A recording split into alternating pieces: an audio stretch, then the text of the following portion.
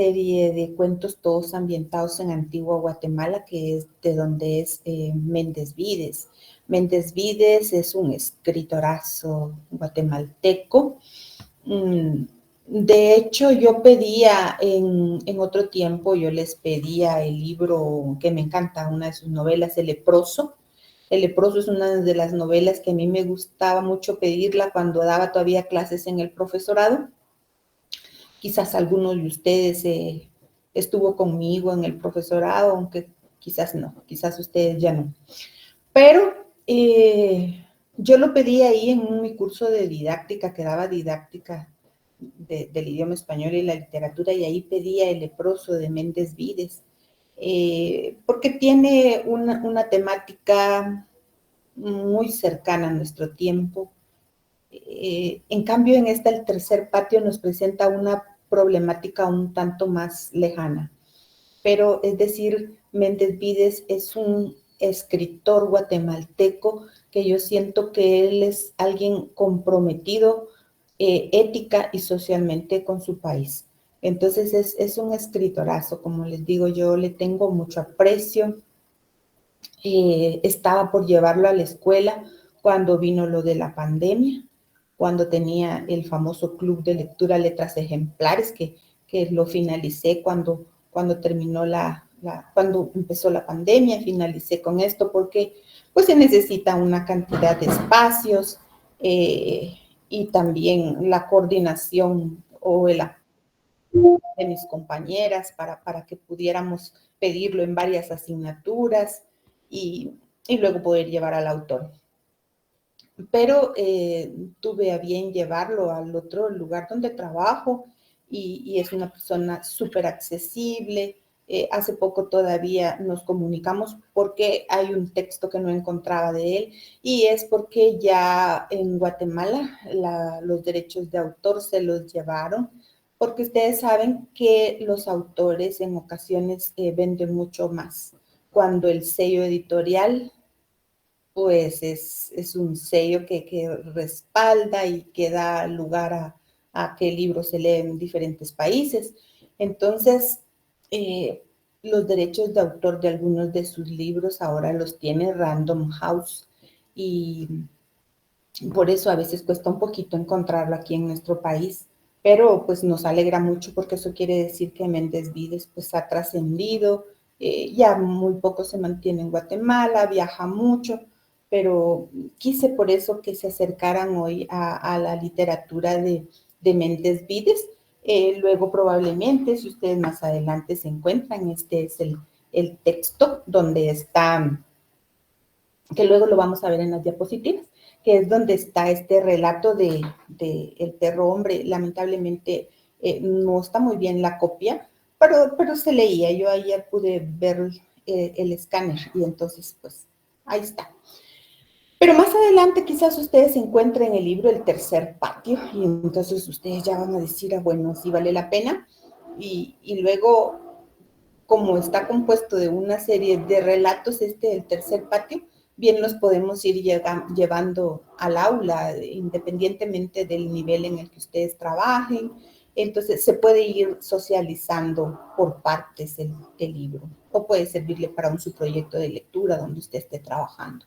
Otros de los libros de Méndez Vides es el de Las Catacumbas, Las Murallas, el que les mencionaba, El Leproso, La Lluvia, entre otros. Bueno, ya ustedes buscarán más textos porque ustedes ahora pues ya saben hacer la localización del autor, saben la importancia que tiene la localización del autor, la localización de la obra, que es parte del análisis. Eso sería entonces con relación a esta lectura que vamos a iniciar a comentar previo a socializar nuestra temática. Vamos a ver, sé que el texto estaba un tanto difícil la lectura, pero cuéntenme, ¿les dio tiempo a dar una leída? ¿Alguien le dio tiempo a realizar su lectura? Porque lo subí anoche, pero estoy consciente que ya era muy tarde. Y hoy pues empezamos la clase dándoles ahí un pequeño espacio por si alguien quiso hacer la lectura.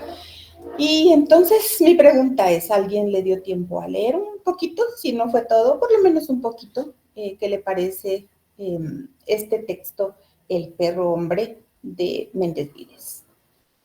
Abrimos el espacio para que podamos conversar. Mayuri.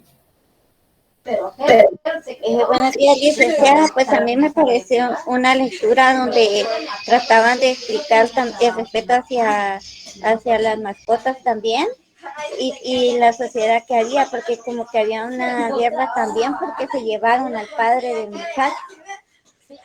Yo la leí, pero no es lo que entendí, licenciada. Gracias. Gracias. Ami. Buenos días, licenciada. Buenos días, compañeros. Yo investigué un poco referente al autor, ¿verdad? Creo que es algo muy elemental poder mencionar. Él, pues, nace en 1956, bueno, es la fecha que yo encontré. Eso tiene que ver mucho, ¿verdad? Por el contexto de la obra, porque, bueno, en referente del autor, él es poeta, ¿verdad? Escribe teatro también y narrativo. Y según la información que encontré, pues él trasciende, perdón, la literatura contemporánea, ¿verdad? Y pues esos son los rasgos que encontramos dentro de la obra por el lenguaje, por el tipo de sociedad en la que se enmarca. Es esencial, encontré un dato muy importante referente a la obra que hace un momento, pues, bueno, los que pudimos leer y los que no, pues igual podemos leer, dice que está ambientado en un contexto histórico tras la caída de Arbenz, y eso lo vemos dentro de la obra, ¿verdad? Que en un momento lo menciona. Me pareció interesante, ¿verdad? ¿Por qué aparece Arbenz ahí? ¿Verdad? Pero sí tiene que ver mucho, ¿verdad? Por la época en la que él vivió, ¿verdad? Bueno, en la época en la que él escribió la novela, que es algo muy relevante. Dentro de los elementos que nosotros podemos encontrar acá, ¿verdad? Vemos una familia, ¿verdad? En la que hace falta el amor del padre. Y yo pensaría, ¿verdad? Lo asocio mucho que quizá eso lo que le afecta bastante al niño, por la cual, ¿verdad? Él muestra una actitud, ¿verdad? En la que es un poco violenta, buscando siempre un amor, ¿verdad? Y busca refugiarse en un amor de un perro. Entonces, creo que por esa razón también, ¿verdad? El padre, por el tipo de vida que lleva, ¿verdad? Que ahí no lo explica a profundidad, pero sí podríamos asociar, ¿verdad? Que sí, quizá está viviendo una época muy difícil, ¿verdad? El padre está en unas acciones en las que la misma justicia lo estaba buscando. E incluso desde dentro del relato, ¿verdad? De que en su misma fiesta no estaba el papá, ¿verdad? Como que alegre, ¿verdad? Solo lo ve con una forma de indiferencia. Entonces, esos serían algunos elementos que yo pude encontrar. El lenguaje es un lenguaje contemporáneo, más específico, ¿verdad? Es el nivel coloquial de Guatemala, aparece la palabra chucho ahí, ¿verdad? Que es algo muy elemental. Entonces, también pude denotar que se refleja mucho el matriarcado, porque es el que toma las decisiones al final, porque como el papá no está, ¿verdad? No existe bueno, una plática, ¿verdad? Entre papá y mamá, sino que es la mamá que toma las decisiones por la ausencia, ¿verdad? Del padre dentro del núcleo familiar. Pues ahí vemos esos elementos dentro de la narración. Muchas gracias. Gracias a usted. Sí, definitivamente pudimos ver o podemos ver de nuevo la importancia que tiene la localización del autor. Justamente lo que menciona Abner con relación a que el autor no puede ser ajeno, lo hemos venido repitiendo en el transcurso de este curso, él no puede ser ajeno a lo que está pasando en su contexto. Entonces, por la época en la que nace Méndez Vides, pues él se identifica definitivamente con los acontecimientos históricos. Y lo vamos a ver dentro de nuestras diapositivas, cómo él deja dentro de su libro, deja plasmada su ideología, deja en claro cuál es su postura. Su postura dentro del relato está precisamente en que él no estaba de acuerdo con lo que pasó con relación a los gobiernos. Por eso menciona a Jacobo Arbenz y por eso menciona a Castillo Armas. Y hay un espacio bien claro, creo que lo tengo en una de las diapositivas, donde nos da la razón de por qué el padre no está. Él no está tiene que huir, pero sin embargo él llega un día a buscarlos y a pedir que le dieran refugio, aunque sea en ese tercer patio, aunque sea a la par de Loco, aunque sea, dice él, en el Tapanco, que era, en esa época pues las casas tenían un cielo falso, y en ese cielo falso pues él podía esconderse y le dan el lugar para que él ahí se esconda. Pero ¿cuál es la razón para que él se esconda? Vamos a ver, Juan Orellana, ¿cuál es su participación? Lee, con eso que usted está diciendo, yo no he leído el libro completo, obviamente, ¿verdad? Pero, perdón, yo supongo, así como llegaron aquellos hombres a traerlo y él se fue sin decir nada, ya me recordó a toda la investigación que hicimos sobre el conflicto armado y todo eso, que llegaban los guerrilleros y los del pueblo se quedaban callados para no meterse en problemas ni con ellos ni con los militares. Entonces yo supuse que él también era parte de los guerrilleros. Por eso fue que él llegó así, llegaron a traerlo, se lo llevaron y la mamá le dijo, cállate, no digas nada, no preguntes nada, fíjate en los cohetes mejor, ¿verdad? Y fue cuando le explotó la pólvora en las manos y todo eso, pero yo eso fue lo que supuse. Sí, Juan. Sí, exactamente, él definitivamente, él, Méndez Vides, es parte precisamente de toda esa época del conflicto armado y de alguna manera se deja ver la forma en cómo se llevaban a cabo las capturas, aunque ahí no lo da él pues de una forma bastante tranquila. Sabemos que no siempre fueron así las capturas, pero también dentro de ese mismo relato hay un espacio donde el mismo autor indica que él le dio la mano. Puede ser que sea este fragmento que esté en forma metafórica, que él le dio la mano a Jacobo Arbenz, lo vieron, se lo dijeron a Castillo Armas y por eso se lo llevaron, por eso se lo querían llevar. Esa es la razón de la captura, que vieron que él de alguna manera estaba con Jacobo Arbenz. Eso nos lo dice el mismo relato, en el mismo cuento está. Y entonces, por eso les decía que puede ser que en esa parte Méndez Vides esté hablando de forma metafórica, que le dio la mano, por no decir que él estaba definitivamente a favor del gobierno de Jacobo Arbenz, ¿verdad? Y entonces todo el que estaba con ese gobierno, definitivamente el gobierno de Castillo Armas, lo veía como un enemigo y había que encarcelarlos, deshacerse de ellos porque constituían una amenaza para su gobierno.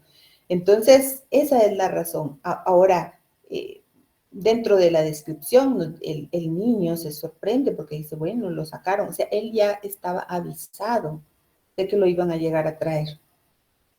Y por eso él estaba bien vestido, estaba rasurado. Y el niño dice, estaba como que si lo hubieran invitado a mi fiesta. Incluso él pasa y pasa desapercibido al niño. Él simplemente llevaba la pena de la captura, etcétera. Y lo vamos a poder ir viendo ahí en el desarrollo de nuestras diapositivas. Vamos a ir viendo, lo vamos a ir asociando con el tema de hoy. No sé si alguien más quiere aportar algo con relación a la lectura.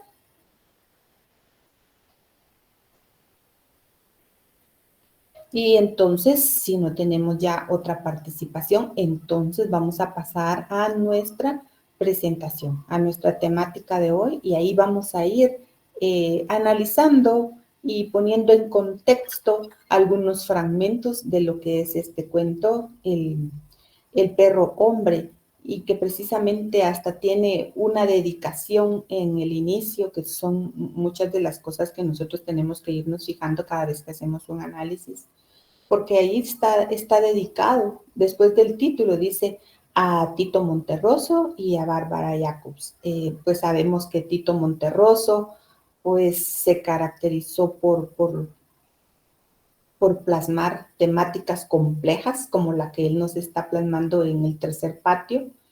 Tito Monterroso es considerado maestro de la minificción y su esposa Bárbara Jacobs también es una escritora mexicana, ensayista, poetisa, traductora. Una de sus obras es Las hojas muertas, y se la dedica a ellos porque ahí nos manifiesta la amistad que tenía con estos autores. Podemos ir viendo la línea temática de este grupo de escritores a través precisamente de esos pequeños detalles o de esas huellas que los escritores van dejando dentro de su obra literaria.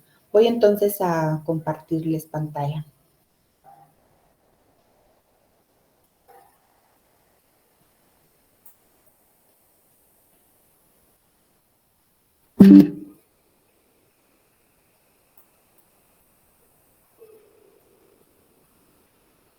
Hoy tenemos entonces...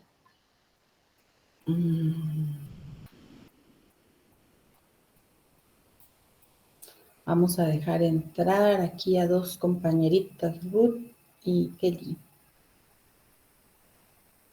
Bueno, antes de que empecemos, porque si no...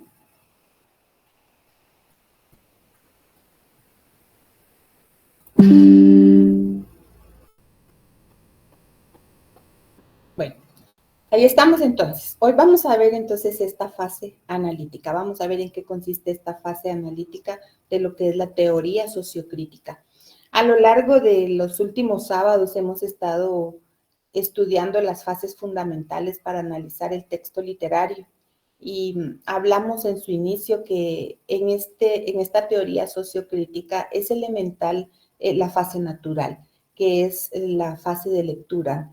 La fase natural es cuando nos empapamos nada más de lo que es la historia, como ustedes hicieron en este momento, y bueno, nos empapamos a ver de qué se trata y hacemos una lectura general del texto. Esa es la fase natural.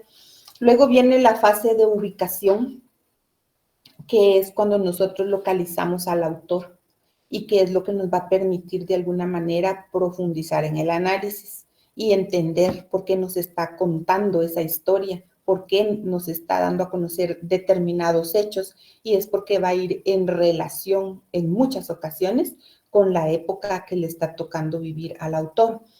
Entonces, es bien importante la fase de ubicación y ya lo mencionamos en una de nuestras clases y nada más lo estoy haciendo ahorita como a manera de conectarnos con nuestros conocimientos previos.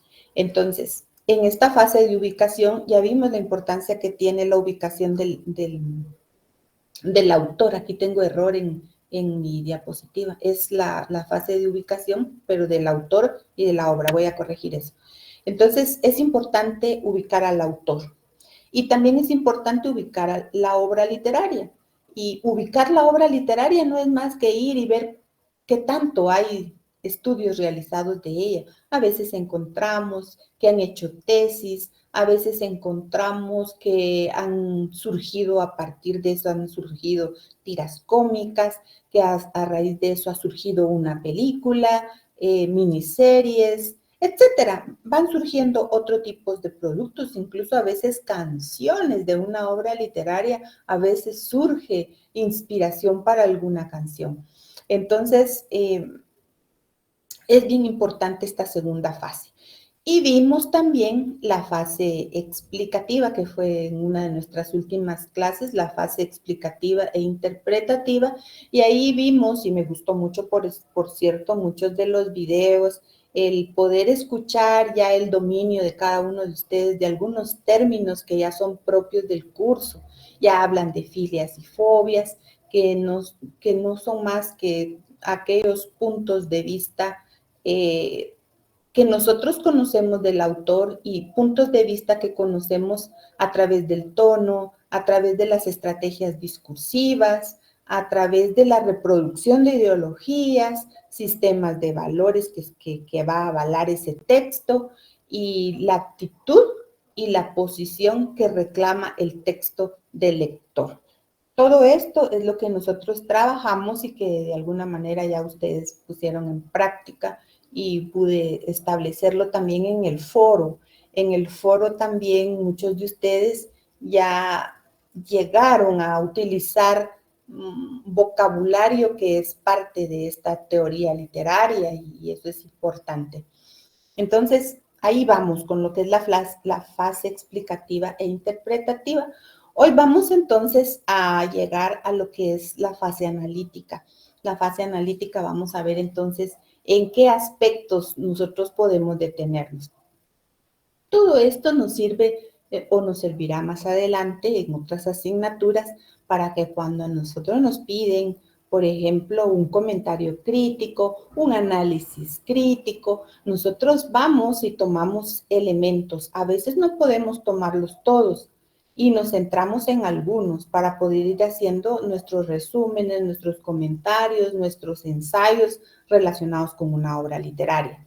Que eso es lo ideal, ¿verdad? La prueba objetiva es importante, pero no es un recurso único y podemos nosotros ir evaluando de diferentes formas. Entonces, hoy vamos a compartir en qué consiste esta fase analítica.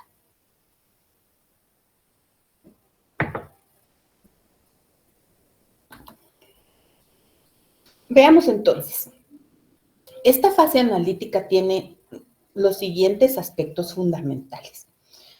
En primer lugar, vamos a decir que está centrada en el propio texto y sus mediaciones y el contexto. Vamos a ver en qué consisten esas mediaciones y el contexto.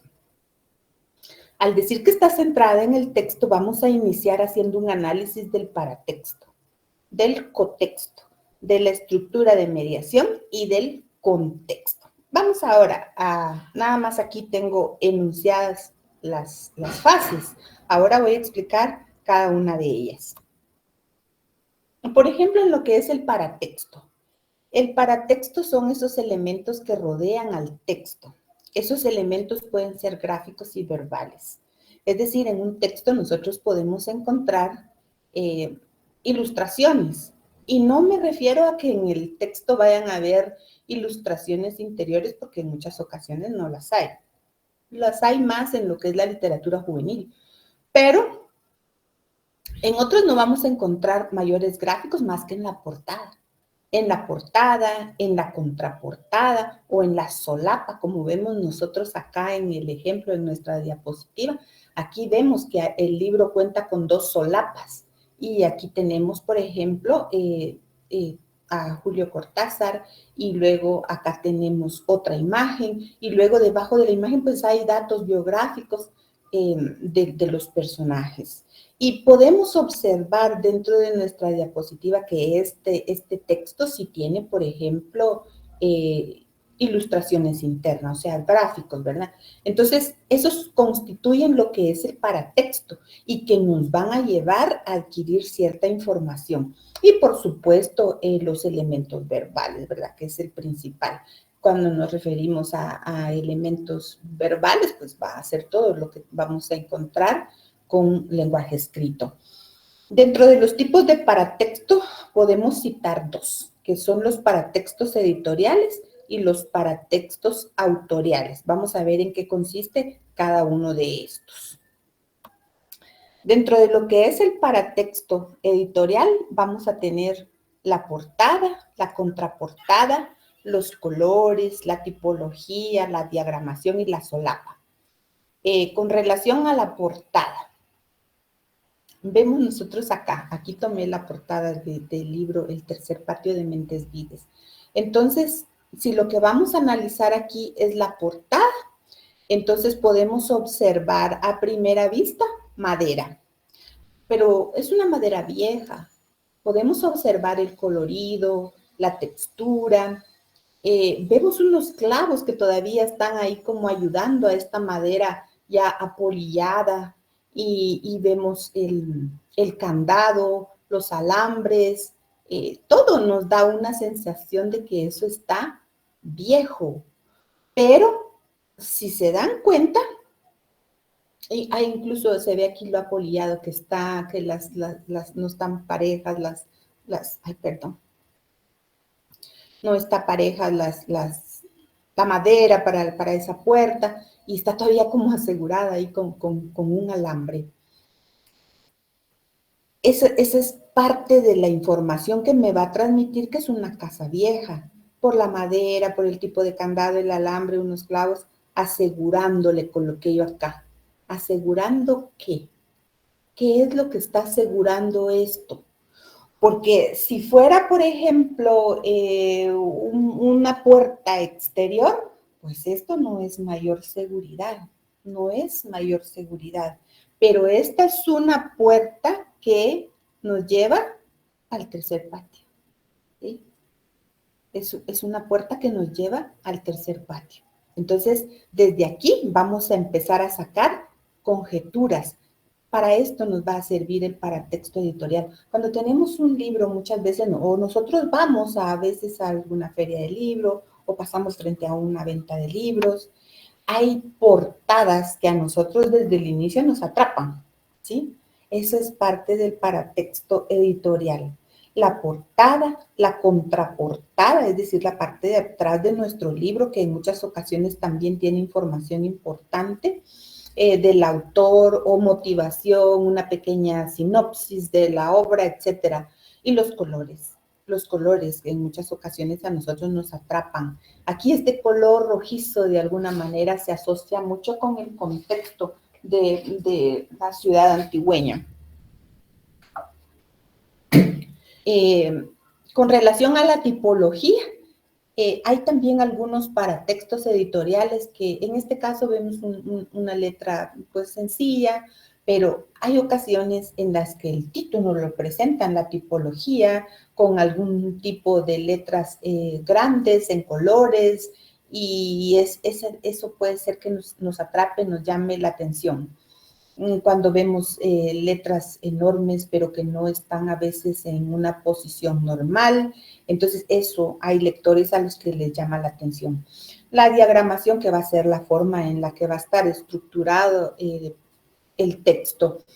Y la solapa que vimos que en ocasiones nos presentan la fotografía del autor o nos presentan otras obras del mismo autor. Entonces, esa es la importancia de fijarnos desde lo que es el paratexto editorial para comenzar a sacar conclusiones de qué va a tratar nuestro libro. Y está el paratexto autorial. El paratexto autorial es en el que nos va a dar el título, los subtítulos, las dedicatorias, los epígrafes y el prólogo. Y entonces era lo que les mencionaba, que yo veo en lo que es el capítulo, porque es el capítulo nada más de este relato El perro hombre, hay una dedicatoria a Tito Monterroso y a Bárbara Jacobs, a esa pareja de escritores que de alguna manera él les dedica. Entonces, desde ahí, ¿por qué les dedica esto? Porque ellos fueron escritores también de una literatura compleja. Por eso se las dedica, porque hay una identificación con el tipo de literatura que ellos han escrito y la que está presentando él en ese momento. Entonces, por eso la dedicatoria es bien importante. Sí, porque vienen de la misma línea. Los epígrafes y los prólogos, por supuesto que también son parte de ese paratexto autorial. Con relación al título, las primeras palabras son las primeras palabras del autor para comunicarse. El tercer patio. Y nos dice que es un poderoso condensador de información. Tercer patio. ¿Qué hay en ese tercer patio? ¿Por qué no podemos pasar a ese tercer patio? ¿Por qué está ese candado para asegurarse de que no pasemos a ese tercer patio? De esta manera se sintetiza aquello de lo que tratará el texto. Según Humberto Eco, nos dice que el título es un disparador de las primeras conjeturas del texto. Y el prólogo que justifica el por qué se escribió esa historia. Es también una orientación al lector. En el caso de este texto de Méndez Vides, el prólogo puede estar escrito por el propio autor o puede estar escrito por alguien que él desee, alguien que él haya elegido para que le escribiera el prólogo. En este caso, Méndez Vides, él escribe el prólogo de su libro. Y solo voy a leerles un pedacito porque es interesante lo que nos dice él en este prólogo, que es tan importante que lo van a utilizar no solo en esta parte del prólogo, sino que luego toman un fragmento de ese prólogo y lo escriben también en la contraportada. Pero en sí, en este prólogo él nos va a justificar el por qué escribe esta historia del tercer patio. Y nos dice, no era conveniente inquirir sobre el joven pálido como los vampiros que dormía con dos ancianas y salía a caminar por la calle de noche. Nos está hablando aquí que por las noches en Antigua Guatemala a veces salían un par de ancianas a caminar con un joven. Y luego dice, ni por qué el padre de tu compañero de pupitre se hizo el raro propósito de no volver a pronunciar palabra alguna, lo que cumplió hasta el día de su muerte, ni darte por enterado, donde el vecino de la presencia de la hermana ciega que se topaba con los palos de lima en el sitio, a quien todos se escondían cuando llegaba visita. Teníamos ocultándolo todo por el puro hecho de contenernos. Ahora he escrito estas historias para liberar a los seres que poblaron el tercer patio de mi infancia y para remover las raíces de lo que nos acontece hoy. Vean lo interesante de este prólogo. Aquí él nos anticipa que en el texto vamos a encontrar algunas vidas que estaban atrapadas en ese tercer patio por estereotipos o tabúes que existían dentro de la sociedad. Era mal visto que en una familia, por ejemplo, uno de los miembros fuera un loco. Era como la vergüenza de la familia. Entonces, en esa época, en la antigua Guatemala, las casas se caracterizaban por ser muy grandes y porque tenían varios patios. Y ese tercer patio, a mí me lo decía de su propia voz, Méndez Vides, ese tercer patio, porque él vivió, creció ahí en la antigua. Entonces, él me contaba que en ese tercer patio, ahí era donde la gente iba a dejar todas las cosas viejas. Era como que llegaban a la casa y el primer patio, aquella gran jardinización hermosa, macetas colgantes en los corredores, etcétera. Un segundo patio donde ya se encontraba una pila en el centro y era donde hacían los oficios, donde tendían la ropa y todo lo demás. Pero había un tercer patio que era donde estaba todo lo inservible y que la gente no quiere deshacerse de ellos, que compran una nueva refrigeradora pero no quieren deshacerse de la vieja y miran dónde la van a dejar dentro de su propia casa. Eso pasaba es nada más a manera de ejemplo, es decir, ahí en la antigua, en el tercer patio iban a colocar todo lo que no les servía, incluso la leña, nos contaba de la leña, iban a amontonar toda la leña, pero cuando la visita llegaba, ahí era la parte bonita, el corredor, las flores y todo lo demás. En el otro donde se hacía el oficio y en el otro donde estaba todo aquello que de alguna manera no querían deshacerse porque la gente a veces tiene la idea de que puede en un momento dado servir algún objeto de estos. Pero cuando había dentro de la familia alguien que tenía discapacidad, era vergonzoso para la familia. Por eso él nos menciona en el prólogo que sacaban en las noches a caminar al pobre loco, pero lo llevaban siempre amarrado para evitar cualquier situación, cualquier escándalo por la noche. Entonces ya sabían que lo llevaban a caminar por la noche. Ahí tenían escondido también a las que por alguna razón habían quedado ciegos o habían nacido con esa discapacidad, a la gente que no podía caminar, a los inválidos, etcétera. Ahí los iban a esconder a ese tercer patio. Ahí vivían en ese tercer patio, porque ahí generalmente mantenían alguna bodega y ahí les llevaban su comida y todo lo demás. A veces los dejaban salir a otro espacio de la casa, pero el mismo autor nos dice que hay un momento en el que si llegaban visitas al tercer patio y por eso llega el padre del niño a solicitar que le den permiso, aunque sea en el tercer patio, y ahí mismo menciona el niño y aunque sea hacerle compañía al loco, porque en esa familia tenían a alguien que tenía esa discapacidad. Entonces, y por eso Méndez Vides nos dice, con este texto y con estos relatos, él piensa liberar a todos esos personajes que sufrieron al estar escondidos en ese tercer patio, que sufrieron al estar escondidos en ese tercer patio por todos esos prejuicios que existen dentro de la sociedad. Él buscó en su libro liberar todas esas almas, todas esas vidas que estuvieron encerradas en ese tercer patio. Ahí nos cuenta la historia en el resto del libro.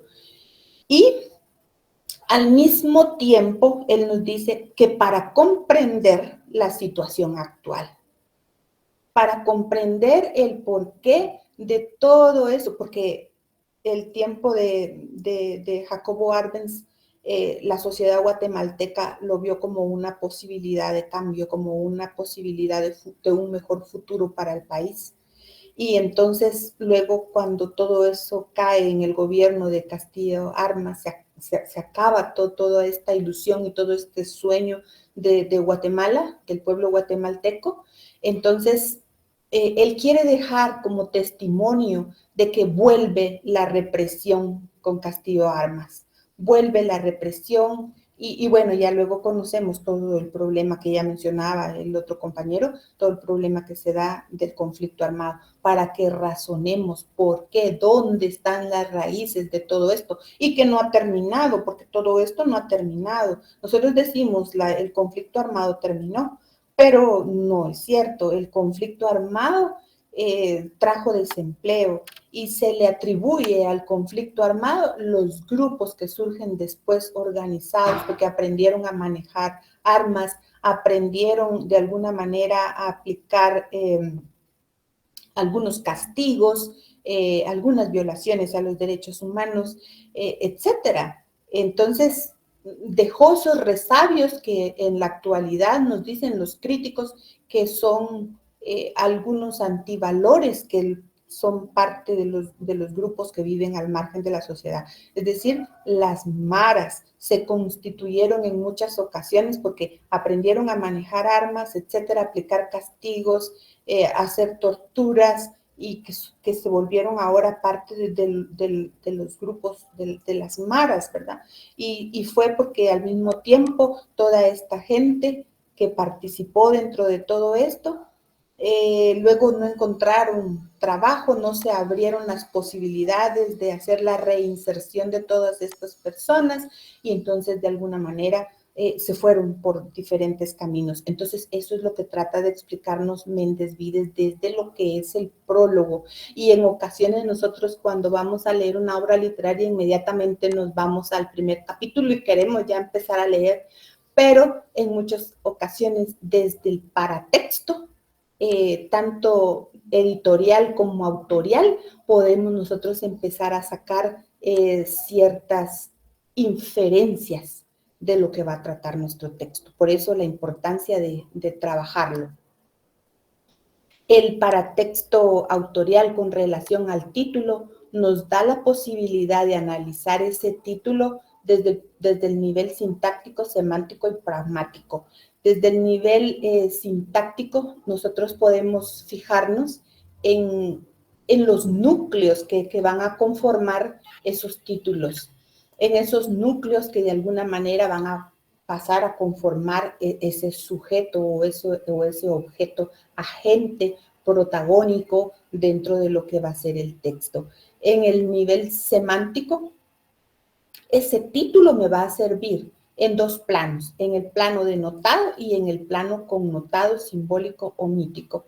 Es decir, desde lo que es lo denotado, por ejemplo, tenemos ahí el título de los viajes de Gulliver. Desde lo denotado, bueno, en este viaje nos van a contar todos los diferentes viajes que realizó un personaje denominado Gulliver. Eso es desde lo denotado. Y desde lo connotado ya nosotros podemos ver, y ahí nos ayudamos y nos sirve mucho lo que es la portada, porque desde lo connotado Entonces, Gulliver entonces era un gigante, porque luego comenzamos a ver a los demás seres que están chiquititos y que están viéndolo dormir y que están uno de ellos subiéndose con una escalera, podemos ver dentro de la imagen. Entonces, desde el punto de vista o desde el nivel semántico, ese título me puede servir para comenzar a hacer inferencias desde lo denotado hasta lo connotado. En lo que es el nivel pragmático, nos dice que es poner de relieve el efecto y la conducta que despierta en el lector. Es decir, a nosotros ese título puede que nos llame la atención desde el punto de vista estético. Y nosotros decimos, ¡ay, qué bonito! Me gusta ese título. Me encanta, me gusta. El extranjero, me gusta. Entonces, me gusta el título y puede que eso influya en mí para comprarlo. Muchas veces por eso es bien importante el título, porque si el título no me llama la atención, y a veces el título nada que ver con, es decir, yo me formé una imagen de ese título y resulta que el libro es totalmente otra, es algo muy atractivo. Entonces, también se puede analizar desde ese efecto estético que ocasiona en el lector, o bien desde el punto de vista psicológico, que a veces nosotros vemos un título y decimos, ay no, yo libros de terror si no leo, a mí eso me pone incómoda, me pone nerviosa, no puedo dormir, mejor no lo compro. Entonces, también impacta desde el punto de vista psicológico, o puede ser que lo impacte desde el nivel cognoscitivo, la epopeya de Gilgamesh. Entonces, nosotros ya desde ahí decimos, bueno, es una epopeya, y nos va a dar a conocer entonces datos de un personaje histórico.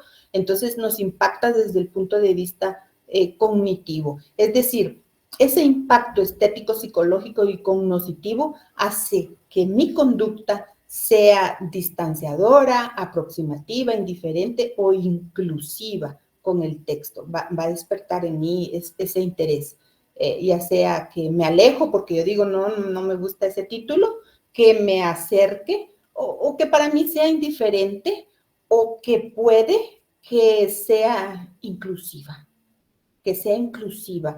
que yo me sienta identificada, como me pasó a mí con un libro de Argentina Díaz Lozano que se llama Peregrinaje, y es la historia de una maestra que va de un lugar a otro. Ella nunca está tranquila en un solo sitio, sino que ella necesitaba ir de un lado a otro. Nunca estaba, por ejemplo, en una sola escuela. Cuando ya tenía un tiempecito y su hijita ya tenía amistad, ella decidía irse para otro lado. Y entonces yo me recuerdo que como parte del paratexto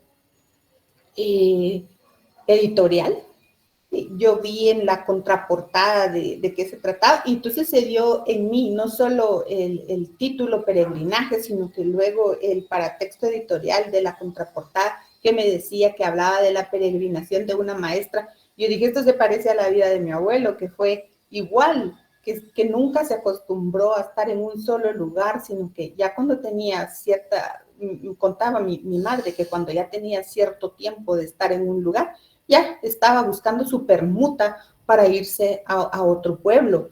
Entonces, para eso nos sirve a nosotros ese paratexto autorial. Ahora vamos a lo que es el cotexto. El cotexto nos dice acá todo lo que conforma el cuerpo del texto. Ese es el cotexto. Todo lo que conforma el cuerpo del texto. Y este va a tener una estructura, va a tener un mundo representado, retórica y estilo, y estrategias discursivas. Así va a estar conformado el cotexto. Vamos a ver cada una de ellas. En lo que es la estructura, tenemos lo que son los criterios predominantes. ¿Cuáles son esos criterios predominantes? El espacio, el tiempo, los personajes, el tema, acontecimientos, y la última parte que se llama también estructura, que es parte de esa misma estructura, de ese mismo contexto. Entonces veamos, la espacialidad ¿Cómo nosotros la vamos a identificar? Pues siempre vamos a tener algunos indicadores. La espacialidad pueden ser verbos, pueden ser adverbios, como atravesar, llegar, salir, aquí, allá. Referencias específicas, como campos, ríos, ciudades, valles o topónimos. Eso nos lleva a lo que es la espacialidad. Con relación a lo que es el tiempo, también vamos a tomar en cuenta las conjugaciones verbales, frases adverbiales y referencias históricas concretas. En el caso de Méndez Vides hace alusión a referencias históricas concretas, porque inmediatamente nos ubicamos entonces, fue cuando se dio esa transición entre el gobierno de Arbenz y Castillo Armas y todo el impacto social, histórico que nos ofrece todo ese contexto. Entonces, la temporalidad tiene referencias históricas concretas, en el caso, por ejemplo, de Méndez Vides. Y también nos menciona lugares específicos, porque nos menciona el Palacio de los Capitanes y menciona otros lugares de la antigua Guatemala. Dentro de lo que es esa misma estructura está, perdón, me estoy saltando. Dentro de lo que son los personajes está el observar la evolución o estaticidad del personaje. Es decir, nosotros vamos a ver si ese personaje cambió en el desarrollo de la historia o si se mantuvo igual en toda la historia con relación a lo que puede ser su carácter, su situación social, socioeconómica, espiritual, moral, cultural. En el caso de este pequeño relato, nosotros vemos que la mamá busca un perro porque ve que su hijo se sentía solo y termina solo. En el relato él termina solo, al menos en este cuento termina solo. Entonces hay una estaticidad en lo que es el personaje, tanto en lo espiritual también, ¿verdad? Porque él se siente solo y termina solo, desde el principio hasta el final del relato. Entonces, en eso consiste el fijarnos en esta parte, en los personajes. Si ha evolucionado desde el punto de vista de esos tópicos que presento ahí, o si se ha mantenido estático en todo el relato. Con relación a los acontecimientos o temas, es la presentación del problema hasta la resolución del mismo, pasando por el clímax. Aquí tenemos nosotros que fijarnos en ese problema hasta que se da esa resolución. En este caso está el problema de la soledad del niño a consecuencia de la ausencia del papá. Nos está presentando dentro del tema también lo que es el estar escondiéndose de las autoridades hasta que por fin se lo llevan. Y la madre dice, haz de cuenta que no viste nada, no preguntes y mejor disfruta de tu fiesta, de tu primera comunión. Y él de alguna manera se enoja y va con el perro y después le echa la culpa al perro. Ve, incluso hay ahí como una parte metafórica, porque él ve al perro que se convierte en hombre. También siempre supo él que ese perro nunca iba a ser realmente suyo, nunca lo sintió suyo, y así termina el relato, donde él dice que él ve como el perro ahí se va otra vez con su antiguo dueño, y es algo que también a él lo lastima. Y entonces, como parte de este último tópico de la estructura, tenemos que ver si la situación es positiva o negativa, o viceversa, si es negativa y luego termina en positiva. Todo esto nos lo va a ir marcando el desarrollo de nuestra temática. Es decir, esto es parte de lo que es el contexto en lo que es la estructura. Fijarnos en esos criterios de espacio, tiempo, personajes, tema, acontecimientos y estructura, que es todo esto que les dejo acá en esta presentación. Ahora, el mundo representado, que también es otro de los elementos del contexto. Ese mundo representado. ¿Cómo es ese mundo representado? ¿Es verosímil o es inverosímil? Para poder nosotros saber cómo es ese mundo representado, nos tenemos que preguntar dónde suceden los hechos, o sea, el espacio, cuándo suceden los hechos, el tiempo, de ahí la importancia que hablaban de localizar el tiempo a través del autor, a quienes le sucede, y bueno, nosotros determinamos el tiempo del autor, pero luego lo encontramos dentro del mismo texto cuando hace referencia a los dos gobiernos. A quienes les sucede, que son los personajes, y esto va a determinar el mundo representado, va a determinar si ese mundo representado es verosímil. Si es verosímil, el mundo representado es realista, acontecimientos como se dan en el mundo real. Ahí nos presenta una serie de acontecimientos del mundo real, hace referencias a los sistemas de vida, hace referencias a los gobiernos, hace referencias a esa costumbre religiosa de la primera comunión, nos hace referencia que cuando terminó todo se habían comido todos los tamales, ya él solo mira las obras y ya todo el mundo se había ido, y algunos que quedaban por ahí, él no les hizo ni caso y todo lo demás, él estaba fastidiado, ¿verdad? Entonces ya cuando él pasa, que lo muerde el perro, que lo llevan al hospital, etcétera, y todo lo demás, le quitan su traje de primera comunión, todo ensangrentado, todo por lo que le sucede, y que él echa la culpa al perro. Pero es la rabia que él tenía porque se habían llevado de nuevo a su papá. Entonces, ahí tenemos un mundo verosímil. Si yo les preguntara cuál es el mundo representado, es verosímil, pero tenemos que fundamentarlo. Tenemos que decir por qué. Ahora, puede ser que el mundo representado sea fantástico, que los sucesos no pueden ser explicados por ninguna lógica natural o sobrenatural. Hay una duda, hay una vacilación, y nosotros igual seguimos las reglas del juego y nos gusta también ese tipo a veces de literatura, pero nosotros sabemos que ahí hay un mundo representado fantástico y que no lo podemos explicar por ninguna lógica, como nos dice acá la diapositiva, natural o sobrenatural. Y hay una duda, hay una vacilación ahí dentro de lo que es el relato, pero que igual como literatura a muchos nos gusta y nos entretiene.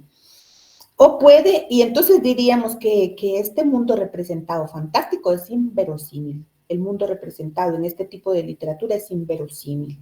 Y el mundo representado maravilloso, con sucesos explicados con una lógica sobrenatural, intervención de hadas, dioses, duendes, como en los cuentos, como en los cuentos maravillosos, ¿verdad? Como en algunas obras como de literatura griega.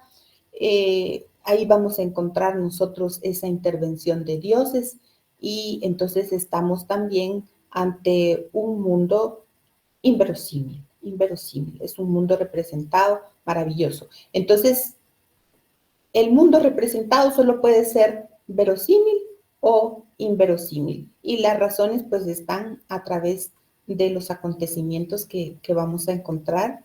Acá se los dejo en esta diapositiva también. Ahora, la retórica y el estilo. La retórica, que es uno de los primeros cursos que se llevan en el profesorado y que nosotros realmente, quizás en el momento no se le ponga tanta importancia, y cuando vamos avanzando en nuestros estudios nos damos cuenta de la importancia que tiene la retórica. Y es que aquí es donde el escritor va a encontrar esos procedimientos. La retórica le sirve para soslayar, es decir, para obviar algunos elementos, cosas que quiere dejar como en el tintero, como a profundidad, para que sea el lector el que vaya llegando a ellos.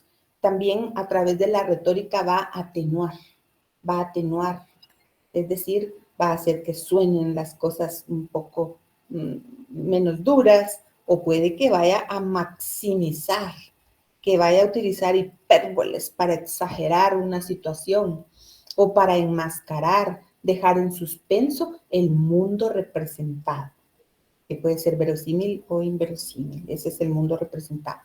Referirse, por ejemplo, al cuerpo con metáforas por el tabú de las relaciones sexuales, como por ejemplo, tu llave de oro cantó a mi cerradura, para referirse precisamente ahí lo vemos nosotros, oculto ese acto que por fin se dio, ese acto sexual que por fin se dio, pero que está dicho o está trabajado a través de la retórica para ir como atenuando ese mensaje.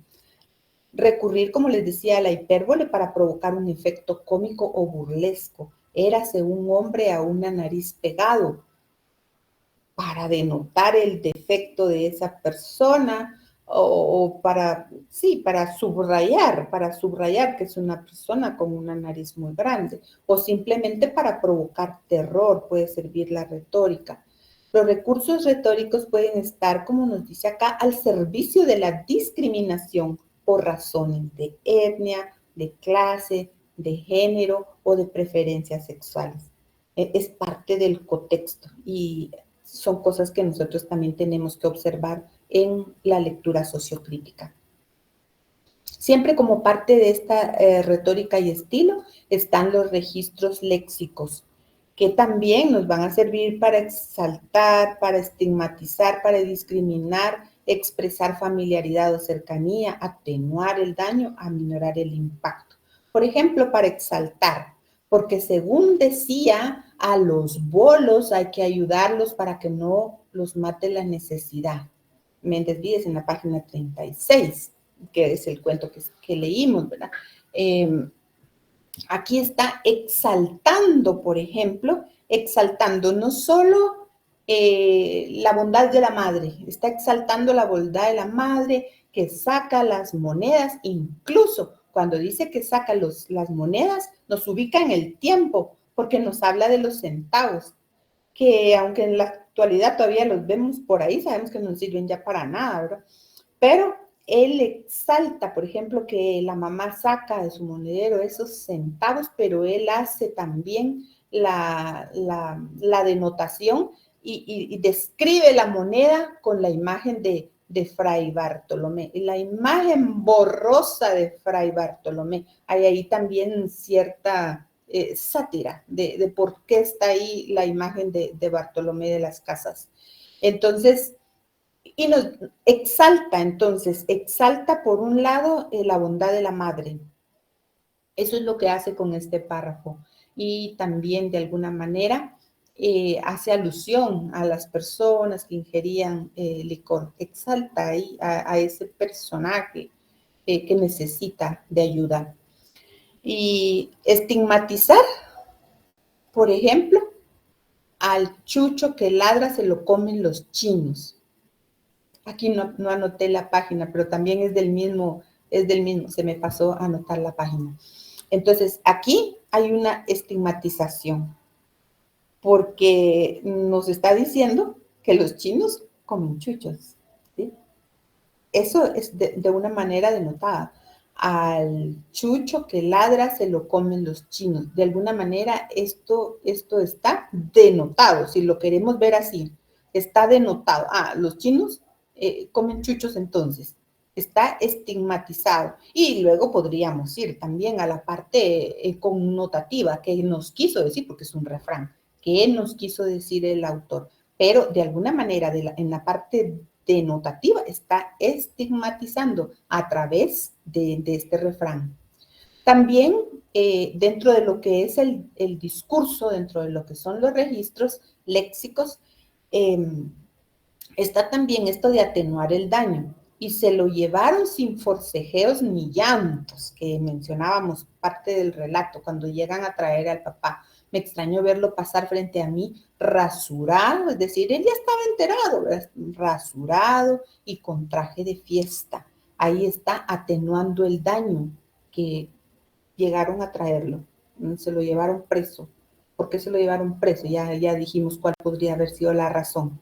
Pero se está atenuando la forma como llegaron a llevárselo prisionero. Y aquí también he estado ilustrando aquí mis diapositivas con algunas imágenes para que vayamos observando de nuevo la parte paratextual Este es un libro de Gioconda Belli, El país de las mujeres, y vemos la importancia que tiene lo que es el paratexto, porque vemos en primer lugar unos zapatos que están así como que son parte bien importante de lo que es la portada, el color. El color es impactante, sabemos que el color rojo es impactante. Entonces, ¿qué busca aquí? Que la mujer impacte. Eso está diciendo, la mujer está impactando en este país. Y hay un retumbo, hay un retumbo. Eso también nos está diciendo la manera como la mujer se está posicionando dentro de este país de las mujeres. Entonces, es bien importante observar todo de la parte del paratexto. Aquí es bien importante la imagen, los colores y luego desde el punto de vista sintáctico ver los núcleos que conforman país y mujeres. Son núcleos que de alguna manera nos van a llegar a determinar el empoderamiento de la mujer que va a reflejarse dentro de esa novela. Luego, siempre como parte de las estrategias discursivas que son parte del contexto, está la ironía, la sátira, la parodia y el carnaval, de los cuales nosotros ya hemos hablado en otras clases. Y eso permite establecer mire lo que nos permite este tipo de discursos.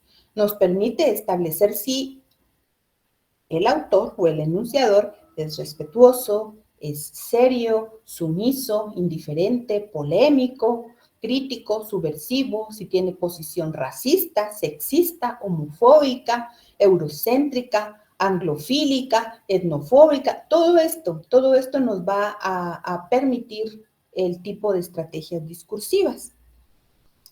Y comunica su punto de vista y su posición ideológica. En Méndez Vides, yo diría que él es crítico. También es subversivo porque de alguna manera él está denotando estar en contra del gobierno de esa época. Entonces es subversivo, pero también es crítico y va a manifestar su punto de vista o su posición ideológica. Acá nos dice, suplicó que lo escondiéramos en el tercer patio, junto al loco, o en el tapanco del excusado, porque una tarde le había estrechado la mano a Jacobo Arbenz y quienes presenciaron el acto lo habían denunciado. Entonces, veo crítica, veo subversión y veo también su posición ideológica al hablar acá, al estar denunciando acá que por darle la mano a Jacobo Arbenz, que es la parte donde yo les decía que al darle la mano no precisamente pudo haber sido el estrecharle la mano que esté hablando acá el autor, sino que haya sido parte precisamente del gobierno que estaba a favor de Jacobo Arbenz. Entonces, y que por esa razón, entonces lo llevaban preso. Entonces, por eso yo puedo decirles que yo veo en Méndez Vides a un escritor crítico, subversivo, y que da su punto de vista y su posición ideológica al colocar acá la denuncia sobre lo que le está pasando a este personaje a través de esta mención del presidente. Entonces, esto es en sí la importancia que tienen las estrategias discursivas. Y aquí es otro de los libritos, miren, Rodrigo Rey Rosa es otro de los autores que están desde ya invitados a leer, El país de todo.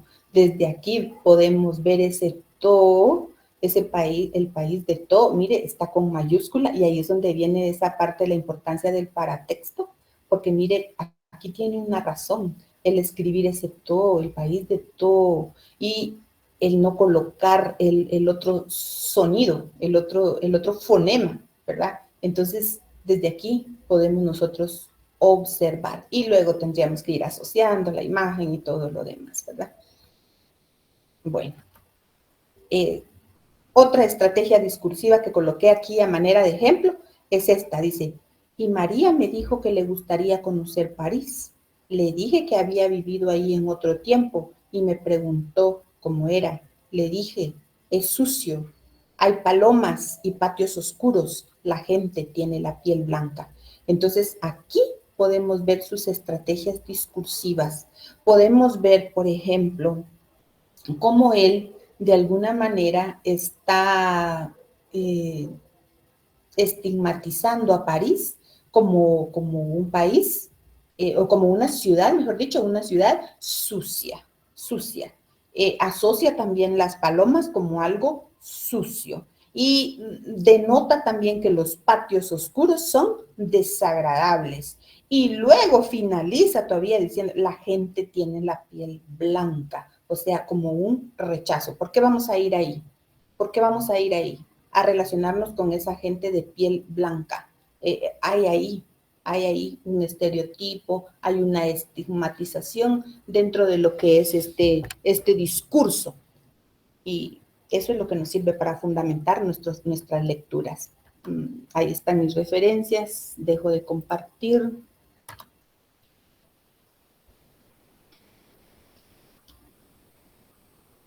Y esto sería entonces nuestra temática para hoy, con la que vamos finalizando lo que es el análisis sociocrítico de la obra literaria.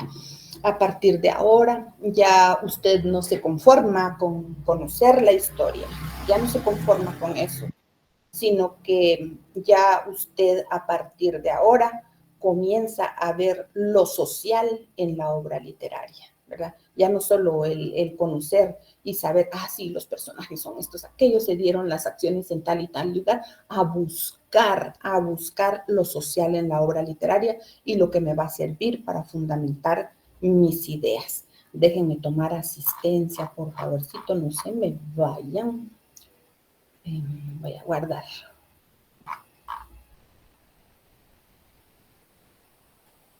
Ahí estamos. Bien, ¿algún comentario al respecto?